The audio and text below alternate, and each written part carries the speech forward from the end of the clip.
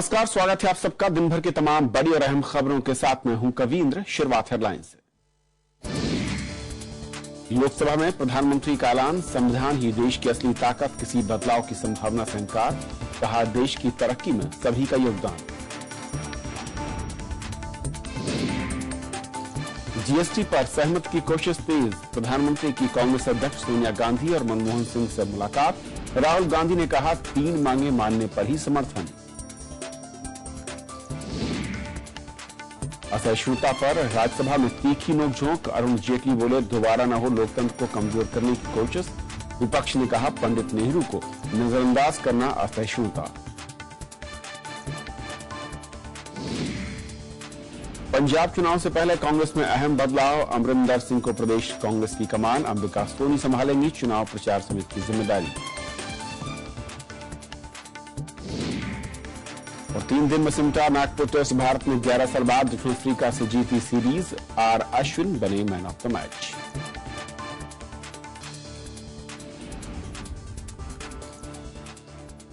और आइए देखते हैं पहली खबर।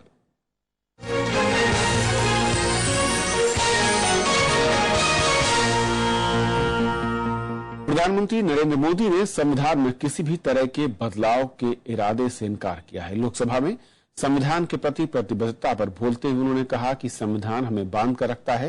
नरेंद्र मोदी ने संविधान को आधारभूत दस्तावेज बताया जो लोकतंत्र के सभी अंगों को परिभाषित करता है। लोकसभा में संविधान पर चर्चा के दौरान प्रधानमंत्री नरेंद्र मोदी ने कहा कि संविधान में सबको बांधने की ताकत है। प्रधानमंत्री ने संविधान पर व्यापक चर्चा की भी बात कही। उन्होंने विपक्ष के आरोपों को सिरे से खारिज किया और कहा कि देश की तरक्की में सभी प्रधानमंत्रियों का योगदान है। नरेंद्र मोदी ने यह भी कहा कि हम बाबा साहेब भीमराव अंबेडकर की भूमिका को नकार नहीं सकते। बाबा साहब अंबेडकर की भूमिका को हम कभी भी नकार नहीं सकते। इसका मतलब ये नहीं कि बाबा साहब अंबेडकर की बात करते हैं तो औरों के लिए कोई काम नहीं होता है, लेकिन एक का नाम देंगे तो दूसरे का रह जाता, दूसरे का कहेगा तीसरे का रह, हर एक को लगेगा भाई हमारा भी कोई योगदान था। और कुछ लोगों ने तो जीवन में इतनी ऊंचाइयां पाई है कि कोई उनका नाम दे या न दे, उनके नाम को कभी कमी नहीं हो सकती, कोई उनको मिटा नहीं सकता है। प्रधानमंत्री नरेंद्र मोदी ने भारत के संविधान को एक सामाजिक दस्तावेज बताया। उन्होंने कहा कि सामाजिक और आर्थिक लक्ष्यों को पूरा करने के लिए संवैधानिक तरीकों का इस्तेमाल होना चाहिए। प्रधानमंत्री ने किसी भी मसले पर सहमति बनाने पर जोर दिया। हम सहमति और समझौते के प्रयास करते हैं, लेकिन जब सारे प्रयास विफल हो जाए तब आखिरी रास्ता होता है अल्पमत और बहुमत का। इस सदन में एक तरफ ज्यादा लोग हैं, इसलिए उनको यह अधिकार नहीं मिल जाता है कि जो चाहे वो चीजें थोप दे, और इसलिए सहमति का हमारा रास्ता होना चाहिए। प्रधानमंत्री ने संविधान में किसी भी तरह के बदलाव से इनकार किया है। आज के समय में संविधान हमारे पास है, ये कोई भ्रम फैलाते होंगे तो गलत है। न कभी कोई संविधान बदलने के लिए सोच सकता है। अब मैं मानूंगा अगर कोई सोचेगा तो आत्महत्या कर रहा है। सरकार ने सदन में आश्वासन दिया कि सेक्युलर शब्द संविधान की प्रस्तावना में बना रहेगा और इसे संशोधित करने का सरकार का कोई इरादा नहीं है।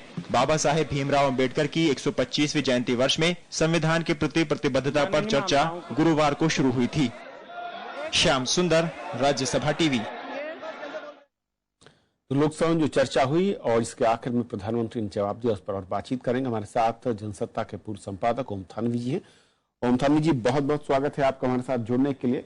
सबसे पहले तो मैं शुरुआत करना चाहूंगा, जिस तरीके से पूरी चर्चा हुई, शुरुआत में शायद मुझे ऐसा लगा, हो सकता है आप उसमें इत्तेफाक रखते हो कि अंबेडकर किसके या अंबेडकर किसके नहीं, इसको लेकर बहस थी, लेकिन शायद कुछ हद तक बहस बाद में बदली कि असल में संविधान किसके लिए है, संविधान में क्या क्या कहा गया और वहां पर कहां खड़े हैं, एक आत्ममंथन सा होता दिखा।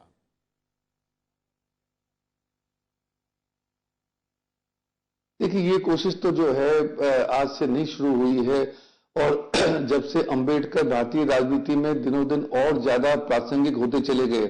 आप जानते हैं कि अंबेडकर के नाम पे किस तरह से जो राजनीति जो है वो बहुत पनपी, और सरकारें भी बाद में बनी। बसपा तो पूरी की पूरी उनकी विचारधारा के ऊपर केंद्रित है ही। तो अब उस वोट बैंक को, वो हमारे यहाँ वोट बैंक कहलाता है, उसको अर्जित करने के लिए कांग्रेस भी कोशिश करती रही बरसों से, जो काफी वक्त तक लोग उनके साथ में थे, जो उनसे छिन के दूर गए। और भारतीय जनता पार्टी भी बराबर कोशिश कर रही है। और हमने देखा है अभी बिहार के चुनाव में भी भरसक कोशिश तो भाजपा ने भी की थी। तो अंबेडकर जो हैं वो श्रद्धा के तो हैं ही, उनके लिए आदर्श प्रेरणा के स्रोत, पर सच्चाई ये है कि वो असल में वोट बैंक हैं। और ये सारा कुछ जो जिस तरीके के हम ऊंचे विचार सुनते हैं, उसमें उनके प्रति श्रद्धा के साथ साथ थोड़ी बहुत जो है उस श्रद्धा उस वोट बैंक के प्रति है, जो छिन करके कांग्रेस से भी छिटक के चला गया। और भारतीय जनता पार्टी जो है वो भी लालायित रहती है किसी तरीके से वो उसको कर सके। इसलिए अंबेडकर को एक तरीके से कहना चाहिए कि एक ब्रांड बनाने की कोशिश जो है वो की जा रही है। और वो कोशिश सफल हो चुकी है पहले से, लेकिन अब उसमें कुछ हिस्सा जो है वो दूसरों को भी मिले, चेष्टा इसकी है। और इस बहस के बहाने जो एक बड़ा मुद्दा थानवी जी हमने देखा, उस पर मैं चाहूंगा आपकी प्रतिक्रिया कि जिस तरीके से धर्मनिरपेक्षता को लेकर या फिर एक दो और शब्दों को लेकर गृह मंत्री ने जो बयान दिया था, उससे इतर, उससे अलग प्रधानमंत्री जब ये कहते हैं कि कोई अगर संविधान को बदलने की बात करे या सोचे भी तो वो एक आत्महत्या जैसा कदम है। किस तरीके से देखते हैं दो बड़े, मैं कहूं, राजनेताओं और एक ही सरकार के दो अहम पदों पर बैठे शख्स के बयान? देखिए, ये तो मैं कहूंगा कि प्रधानमंत्री जी ने बहुत ही अच्छी बात कही है। और संविधान में छिटपुट संशोधन तो होते रहे हैं, होते रहेंगे।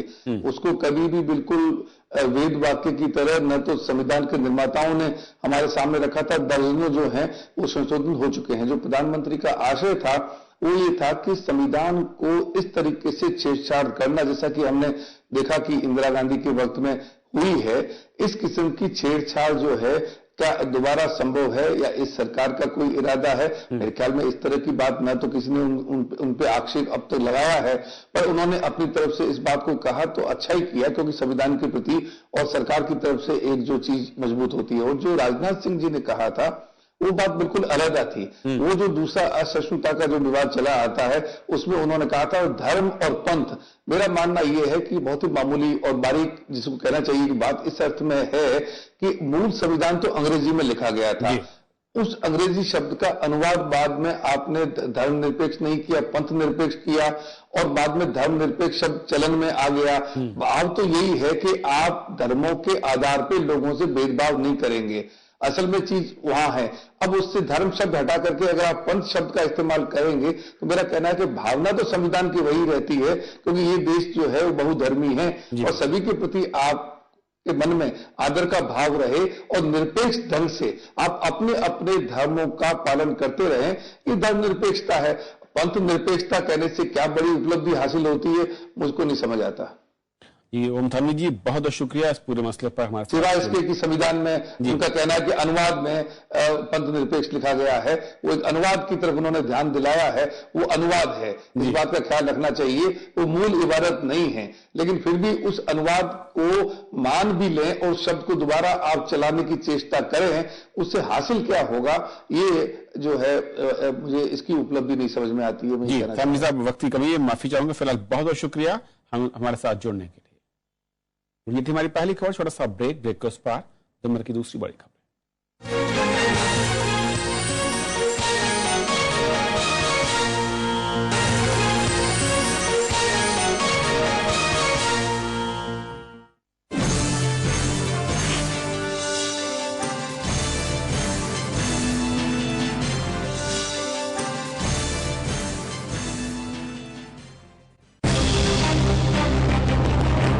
संसद के दोनों सदनों में संविधान पर चर्चा। सभी दलों के सांसदों ने रखे विचार। देखिए विशेष संविधान शाम 7:30 बजे।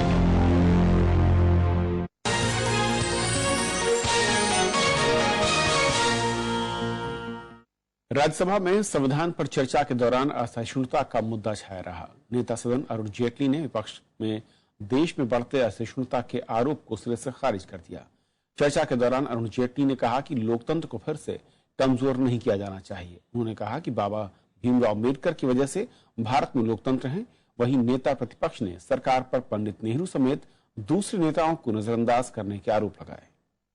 जो एक फासला होना था वो बना। राज्यसभा में सरकार की तरफ से संविधान पर बोलते हुए नेता सदन अरुण जेटली ने असहिष्णुता को लेकर कांग्रेस पर निशाना साधा। उन्होंने कहा कि आपातकाल के दौरान लोगों से जीने का अधिकार छीना गया। अरुण जेटली ने कहा कि बाबा भीमराव अंबेडकर की वजह से भारत में लोकतंत्र है। उन्होंने कहा कि पिछले 65 सालों में बहुत कुछ बदला है। डॉक्टर अंबेडकर इस संविधान सभा में कहते, आज 2015 में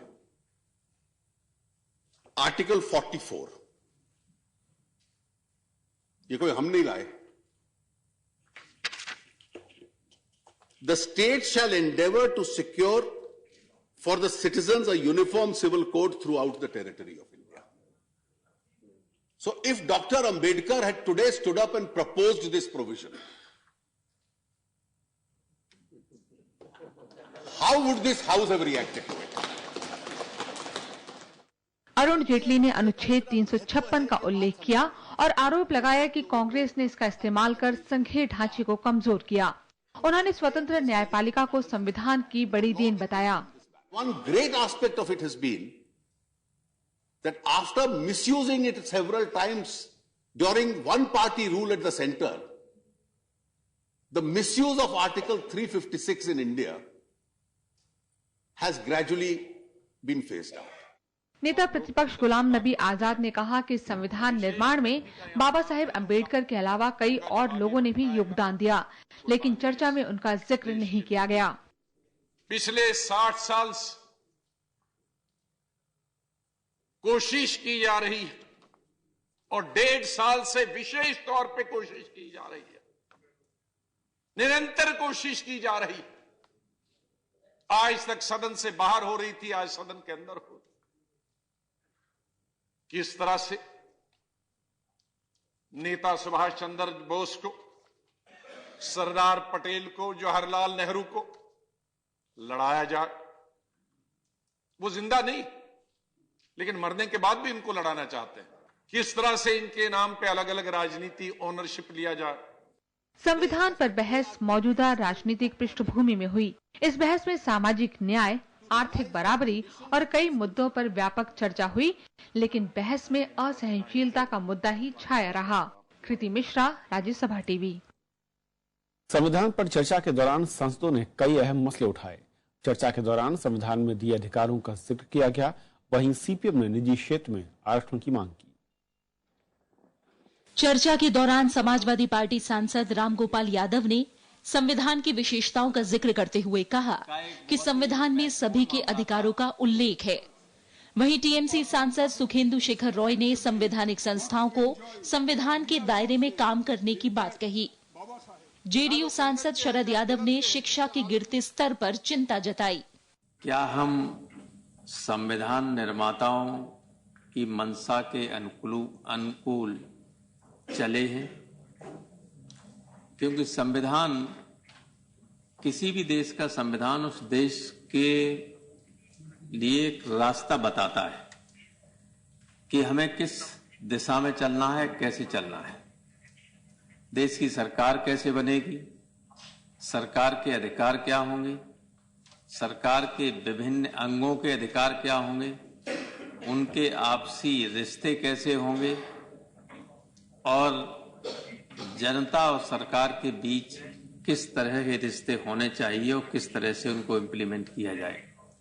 ये सारी चीजें दिमाग में रही होंगी संविधान निर्माताओं के। To perform certain duties effectively, not to enjoy for themselves, to misutilize such authority, endangering the very existence of its independent, neutral and constitutional character. It is high time that conflicts among the constitutional institutions must be avoided to desist all forms of authoritarianism.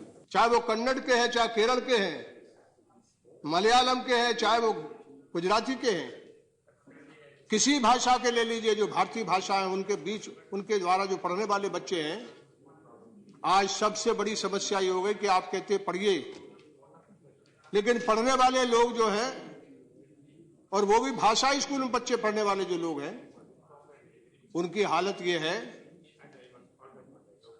कि वो बेकारी और बेरोजगारी के समुद्र में तैर रहे हैं। सीपीएम सांसद ने बाबा साहेब अम्बेडकर के योगदान पर रोशनी डाली। उन्होंने निजी क्षेत्र में आरक्षण लागू करने की बात कही। एआईएडीएम के सांसद ए नवनीत कृष्णन ने कहा कि संविधान से हमेशा हमें मार्गदर्शन हासिल होता है। The fact that it has provided the latitude for diversity, it has provided the space for aspiration, and it has been flexible enough to be amended whenever the need was felt. The judiciary has also played its part in interpreting various provisions of the Constitution in a constructive, creative, and progressive manner. जो आरक्षण का प्रावधान आपने दिया था public sector के लिए, उसको आप बढ़ाकर प्राइवेट सेक्टर में ले आइए। प्राइवेट सेक्टर के अंदर ये आरक्षण हो, इसके बारे में चर्चा तो हो, कानून बने। हम ये चाह रहे थे कि स्टैट्यूटरी स्टेटस मिले एससी एसटी सब प्लान्स के लिए। हम ये चाह रहे थे कि रिजर्वेशन जो है आज वो प्रोफेशनल और हायर एजुकेशनल इंस्टीट्यूशंस में हो। हम ये चाह रहे थे कि national mission for eradication of untouchability जो बताए अभी, जो आप जो है यहाँ पर जो पार्लियामेंट के अंदर एक नया कानून की जरूरत है कि ये इसको दुरुस्त करना है देश से। इस चर्चा में सभी दलों के सांसदों ने खुलकर अपनी राय रखी। राज्यसभा में संविधान पर सोमवार को भी चर्चा जारी रहेगी। विशाल दहिया के साथ कृति मिश्रा, राज्यसभा टीवी। आर्थिक सुधार से जुड़े जीएसटी समेत कई महत्वपूर्ण विधेयकों पर आम सहमति बनाने के लिए केंद्र सरकार कोई कोर-कसर नहीं छोड़ रही है और इस सिलसिले में प्रधानमंत्री नरेंद्र मोदी ने खुद पहल करते हुए कांग्रेस अध्यक्ष सोनिया गांधी और पूर्व प्रधानमंत्री मनमोहन सिंह को चाय पर आमंत्रित किया। इन नेताओं के बीच प्रधानमंत्री आवास पर चर्चा हो रही है। बैठक में वित्त मंत्री अरुण जेटली और संसदीय कार्य मंत्री वेंकैया नायडू भी मौजूद हैं। राज्यसभा से जीएसटी से जुड़े संविधान संशोधन विधेयक को पारित कराने के लिए कांग्रेस का समर्थन बेहद जरूरी है और इस लिहाज से प्रधानमंत्री के आवास पर हो रही बैठक खासी महत्वपूर्ण है। और इस बैठक पर नजर रखे हुए हमारे सहयोगी संवाददाता विशाल दहिया। विशाल, एक लिहाज से कहा जाए कि जो पिछले सत्र में जिसकी कमी दिख रही थी, यानी कि लचीलापन से कहा जाता है, फ्लेक्सिबिलिटी की बात हो रही थी, इस बार खुद पहल प्रधानमंत्री ने की, यानी कि जीएसटी को लेकर ऐसा लगता है कि जो तमाम रोड़े थे या रुकावटें थी वो शायद दूर होती दिख रही हैं। देखिए, उम्मीद सरकार को यही है कविंद्र, और क्योंकि पहल प्रधानमंत्री की तरफ से की गई है तो इसे बड़ा कदम सरकार की तरफ से माना जा रहा है। और विपक्ष, खासतौर पर कांग्रेस की तरफ से ये मांग पिछली बार भी थी कि उन्हें विश्वास में लेने की जो कोशिशें हैं, जो विपक्ष को विश्वास में लेने की जो कोशिश है, वो सरकार की तरफ से बहुत मजबूत तरीके से होती दिखाई नहीं दे रही है। और जो रिजर्वेशंस, यानी कि जो 3 सुझाव जो कांग्रेस की तरफ से दिए गए थे जीएसटी बिल से संबंधित, कांग्रेस की ये मांग थी कि उन तीनों सुझावों पर सरकार अपने कोई ठोस प्रतिक्रिया सामने रखे, उनको किसी तरीके से जो जीएसटी का जो संविधान संशोधन विधेयक है उसमें सम्मिलित करे, और किस तरह से वो संभव हो पाएगा ये सिर्फ बातचीत के बाद ही हो पाएगा। तो आज जो इस वक्त बैठक चल रही है 7 रेसकोर्स रोड यानी कि प्रधानमंत्री के निवास पर, उससे सरकार को ये उम्मीद है कि शायद कोई न कोई रास्ता निकलकर सामने आएगा जिससे जीएसटी बिल को पारित कराने में ऊपरी सदन में सरकार को कोई खासी दिक्कत सामने पेश नहीं आएगी शीतकालीन सत्र में। शुक्रिया विशाल इस अपडेट के लिए आपका। उधर राहुल गांधी ने साफ किया है कि कांग्रेस जीएसटी का समर्थन करने को तैयार है बशर्ते सरकार उनकी 3 मांगे मान ले। उन्होंने कहा कि प्रधानमंत्री नरेंद्र मोदी ने जनता के दबाव में आकर सोनिया गांधी और पूर्व प्रधानमंत्री मनमोहन सिंह को चाय पर बुलाया है। इस बीच सीपीएम ने सरकार को बाकी दलों से भी बातचीत करने की सलाह दी है। विरोधी दलों में जीएसटी पर सहमति बनाने के लिए प्रधानमंत्री नरेंद्र मोदी ने खुद कमान संभाल ली है। कांग्रेस अध्यक्ष सोनिया गांधी और पूर्व प्रधानमंत्री मनमोहन सिंह से नरेंद्र मोदी की मुलाकात को इसी नजर से देखा जा रहा है। हालांकि कांग्रेस उपाध्यक्ष राहुल गांधी ने प्रधानमंत्री की मंशा पर सवाल खड़े किए हैं। पीएम जी ने कांग्रेस प्रेसिडेंट मनमोहन सिंह जी को बुलाया है, वो पब्लिक प्रेशर के बाद हुआ है। एक्चुअली इनका इंटेंट नहीं, नॉर्मल बिजनेस करने का तरीका, काम करने का तरीका नहीं है। वाम दलों का कहना है कि सरकार सिर्फ कांग्रेस से बात कर रही है, जबकि इस मसले पर सभी दलों को विश्वास में लेने की जरूरत है। हमारे साथ या बाकी किसी और के साथ सलाह मशवरा हो रहा है सरकार का, ये नजर नहीं आता। लेकिन अगर सबको साथ ले जाना है तो सबके साथ करें ना। इस बीच वित्त राज्य मंत्री का कहना है कि सरकार जीएसटी पर हर जायज मांग पर विचार करने को तैयार है। Reasonable suggestions are made from our colleagues in the opposition. We are absolutely willing to consider it. And I would like to mention to all of you the very fact that we have been able to get to this point, that we have been able to forge a consensus with the states is because we have engaged in that consultation. Rahul Gandhi ने साफ किया है कि GST पर कांग्रेस की 3 मांगे हैं। कांग्रेस चाहती है कि जीएसटी की दर 18% की जाए और इसका उल्लेख सीधे संविधान संशोधन बिल में किया जाए। बिल में प्रावधान है कि अंतर्राज्यीय व्यापार पर राज्य 1% अतिरिक्त कर लगा सकेंगे। कांग्रेस ने इसे खत्म करने की मांग की है। वो चाहती है कि इससे राज्यों के संभावित नुकसान की भरपाई केंद्र करे। इसके अलावा कांग्रेस ने प्रस्तावित जीएसटी काउंसिल के ढांचे में परिवर्तन की मांग की है। कांग्रेस चाहती है कि परिषद में राज्यों के वोट की मात्रा बढ़ाकर 75% और केंद्र के वोट घटाकर 25% किए जाएं। Bureau report, Rajya Sabha TV.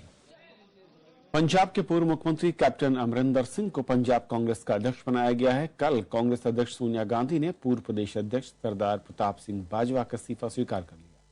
पूर्व केंद्रीय मंत्री अंबिका सोनी को चुनाव प्रचार समिति का चेयरमैन, पूर्व मंत्री लाल सिंह को प्रदेश इकाई का सीनियर वाइस प्रेसिडेंट और पूर्व मुख्यमंत्री वयंत सिंह के पोते रणवीर सिंह को प्रचार समिति का कन्वीनर नियुक्त किया गया है।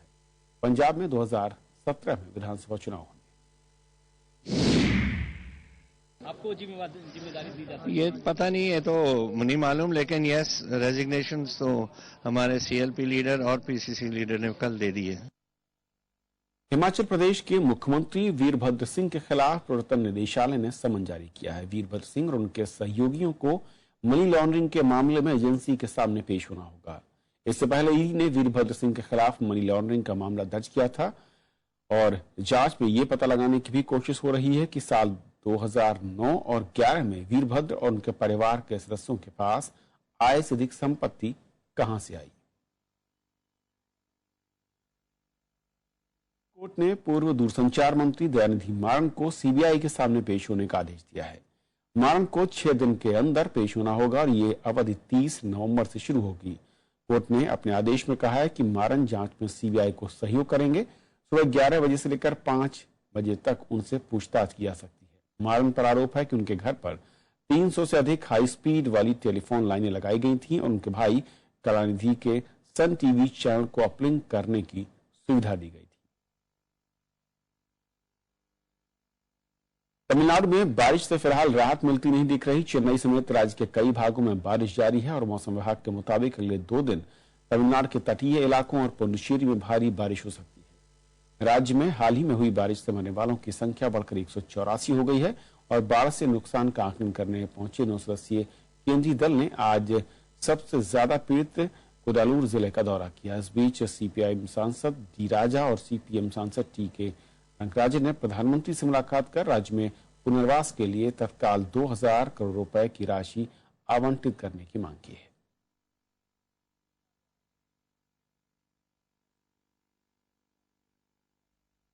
भारत ने दक्षिण अफ्रीका के खिलाफ टेस्ट सीरीज में अजेय बढ़त बना ली है। टीम इंडिया नागपुर टेस्ट को 124 रन से जीतकर सीरीज में 2-0 से आगे है और मैच में 12 विकेट लेने वाले ऑफ स्पिनर आर अश्विन को प्लेयर ऑफ द मैच चुना गया। दक्षिण अफ्रीका की टीम 2006 के बाद विदेशी सरजमी पर सीरीज हारी है। वहीं टीम इंडिया ने 11 साल बाद दक्षिण अफ्रीका के खिलाफ सीरीज जीतने में कामयाबी हासिल की है।